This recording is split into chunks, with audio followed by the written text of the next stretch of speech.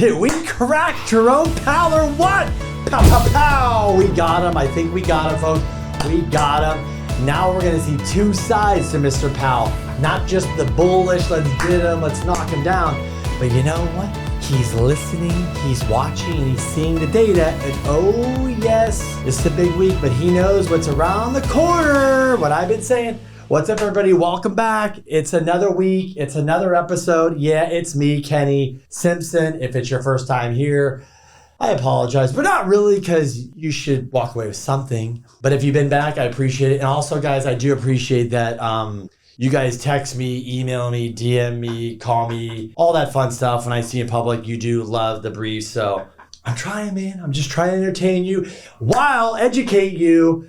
And, oh yeah, this is the brief for you guys didn't know. I shoot this it comes out every Wednesday. I go week over week, what's going on in the market, what's going on in inventory, rates, data, all that fun stuff. But enough about me. You're here because we want to get down, we want to get dirty, and oh boy, do I have a lot in store. So I got to jam pack and shut up and get to it.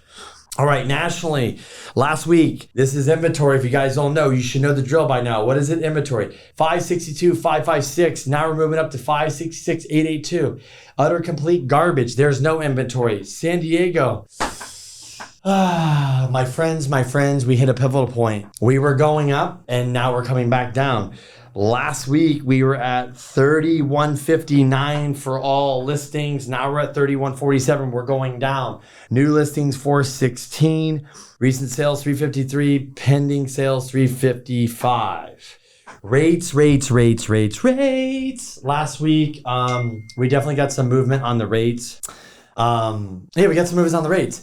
The 10-year treasury came down. We're going to get more into that later, but the 10-year treasury came down. We got some better data. Remember, bad news is good news, vice versa, whatever it is. So we definitely got some data that helped us, because I've been saying the data is not good, right? So we're looking forward here, and the data is not good. And so the 10-year treasury came down. We got a little relief. Basically, last week, maybe the 10 years up a little bit more today, which I just a little bit pullback. It's at 465, but we did get about a half a point lower. So we were quoting 8s. Now they're at 7.5. Is this enough to get the market moving? I don't know. We'll have to see. All eyes are still on the rates. Everybody I talk to wants to know, when are the rates going to go? How are they going to go down? What's taking so long?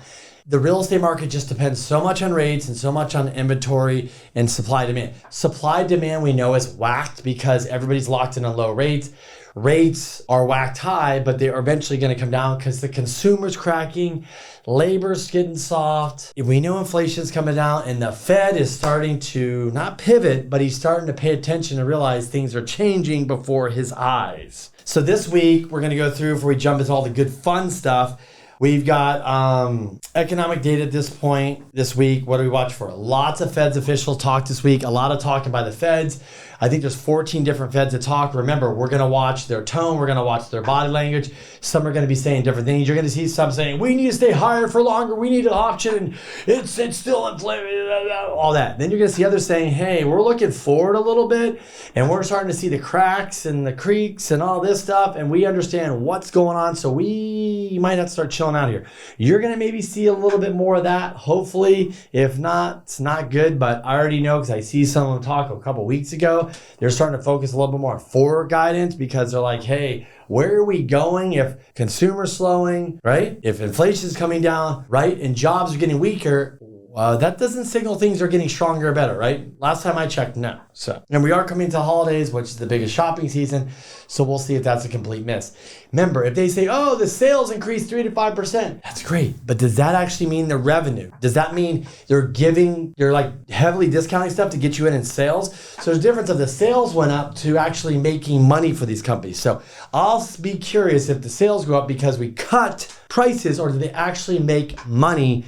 The Nordstroms, the Bloomingdales, the Foot Lockers, there's a gazillion, you guys know, Best Buy, all that stuff. So, we got the normal jobs, inflation, all that stuff this week. I don't think there's inflation. I think we got the jobs on Thursday we're watching, but let's move on. So the recession is on everybody's mind as we know it. It's the longest thing we've been talking about, recession. When's it ever going to come? 84%, if you didn't know, of CEOs that were surveyed believe there is a recession coming. Why? Because they use their brains and they use data and they look at both and they go, wait a minute, the consumer's slowing, their credit cards are high, they're running out of savings, student loan payments started, inflation's chilling out, the job market's getting a little shifty, and everything is just so freaking expensive. I mean, is it just me or you go out to dinner and it's like, this is ridiculous. Like just what used to cost $20 is like $50. So to me, this is unsustainable. And I always say this, when rates were too low, like this is too low, it's unsustainable.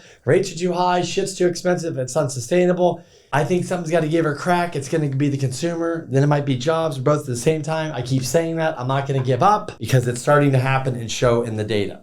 All right, guys. So I want to show you a couple interesting charts this week. Let's go through them. One you're going to be looking at. Yes, I'm looking down here at my laptop, so it's going to be on the screen. So pay attention to the screen. If I'm on here, I shouldn't be. But anyways. All right, total purchases by size investor. Let's just bust a couple myths here. Okay, so many people think that all the investors are buying all the property around the country and they're gonna buy up everything and nobody's gonna have any houses to buy. Number one, whoever tells you that, whoever told you that, whoever's saying that, clearly should just read a chart. So here's the chart, total purchase by size of investor. U.S. national investor purchase. You guys hear that? U.S. national, this is national. iBuyers were 3,000. 1,000 unit plus property owners are 1,959. 100 to 999 that own those properties is 4,692. 10 to 199 properties is 16,928. And 125,000 properties that sold were 1 to 9. Those are mom and pops. So clearly the iBuyers that own the 20, 30, 40, 50,000 properties, those guys, they bought 3,000 properties, guys. So I know you keep saying they're going to buy them all. That is 100% incorrect data. So make sure you guys, and just so you know, the iBuyers are 0.5 of the market and the 1,000 plus are 0.3. That's not even 1. So when you combine all the mom pops and all that, you're basically somewhere around 20-ish% of the market, give or take that.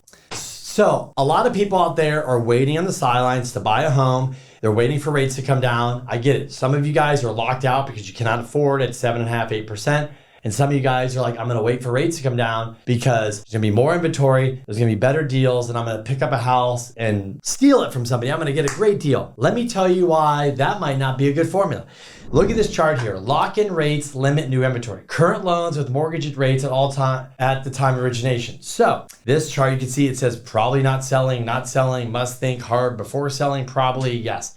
So as you can see here, between not selling and probably not selling is, I don't know, what is that? 70% of the pie chart. Then must think hard about before selling is another 20%. So you got like 15% less is probably selling. And yes, the yes that's going to sell have a 6% or less. The probably selling have between a 5 and 6%. Or 6% or higher. And then the must think hard is 4 to 5. The probably not selling is 3 to 4% rate. And the people under 3 are not selling at all. Guys, I'm just telling you, if you look at this data, this is the problem. There is no incentive for people to sell because it makes zero sense. Also, who is selling right now? So I mentioned this before. The people that are putting offers in, it's a lot of trustee sales, divorce, death. I know it's trustee has to do with death.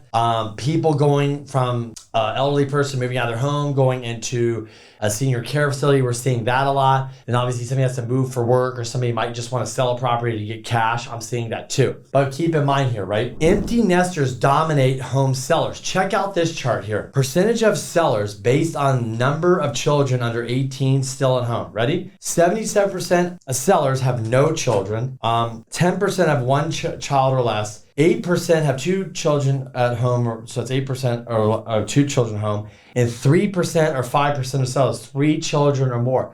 The big seller here is the people have no children, they're free and they can move. Everybody else, they're just sticking, and especially on top of that with the rates, it's not making much sense. So when you look at these charts, this is not really good for people that want to sell. People that want to buy. This is not good because sellers are stuck. They're not going anywhere. They're simply like, I'm out of this. Like, I want nothing to do with this. And so sellers are going to stuck. Plus, the percentage of sellers that want to keep their house and rent it out, that's another big percentage. So guys, the Fed has completely screwed up everything, and there's nothing they can do to try to create more inventory. They're going to try. They can't do anything unless they drop rates super low and these people move, and that's not what they want to do because they're going to create more problems. There is going to be a tremendous amount of inventory that's stuck and not going to sell, and it's going to be problematic. So depending on where you live, it could be worse. So you got to think about this, and we got to be smart. So I was listening to the news today, an economist I always watch on CNBC, and he talked about there's an architect futures billing. It's like an index. So what it is architects that bill in the future for work, meaning they go out and reach out and say, hey, what work do you have? Meaning what projects are you billing on, working on, things like that. That index, that has fallen off a cliff, apparently, or according to this article, because the last time it fell off a cliff was right around 2020 when we hit the COVID, when we stopped building and everybody couldn't go to work, and that kind of picked back up because nobody wants to build. So whatever you see around here that's already slated to build and being built, yeah, there's a lot of building. But as far as new project, there's so many people that I know that are sitting on projects just waiting because the debt is so expensive. It's 12, 13%. It makes no sense at all. So that index is falling. That index, what that means, it's like a clear sign that when that is negative like that, we are doomed for a recession, and that is one of the telltale signs. Is there going to be a recession? I don't know. I truly think there is, but the data says it could be a slowdown or soft landing. And speaking of slowdown, soft landing, landing the plane, speaking of Mr. Jerome Powell, Mr. Two Sides now, it's like a quarter, you flip it, you got two sides. You got one guy that's going to remain hawkish and keep looking at the data that he sees in the rear. And then you got another guy getting a lot of pressure that has to look at the data moving forward because let's be honest, we have to move forward. We got to look at the data, and he knows things are weakening. So he has to start planning when to pivot, when to cut. And trust me, the conversations are going to change and they're going to come. And remember, guys, how do we land here? Because they printed so much money, they cut the rates really low. That's why the economy is doing good. That's why things are thriving. The economy itself is not just thriving because it's thriving on its own. We were going to have a recession in 2019 if it wasn't for COVID. Go back and do the research and look. If you didn't know, now you know. Now the economy, of course, people feel richer. They got equity. They got money in their 401k. They got extra money in their, their savings. They got a good job, of course. But we got pumped in trillions and trillions and trillions and trillions of dollars, and this is what you have. So on the other side of this is not going to have all that money. It's not going to have the liquidity. So these people are going to run out. They're going to go back to their normal spending, their normal jobs, their normal things, and they're not going to be able to miss payments and do all this stuff. So we have to keep that in our mind moving forward and beyond. And that's why I said is moving forward, I project the 10-year treasury will keep moving down, rates will slowly move down, and we will see a pivot from the Fed, and that's it. So until next week, guys, that is my update. I had to ramble through it because there's so much in there, but the consensus is hang tight. If you're in the real estate market, I know it's really, really tough. Look out for opportunities, be strong, think positive, stay around positive people. If you're a buyer, if you wait, you are going to pay the higher price and you're going to be waiting in line. Until next week, guys, thanks so much for watching. Share this with somebody. Have a great week. See you guys next week.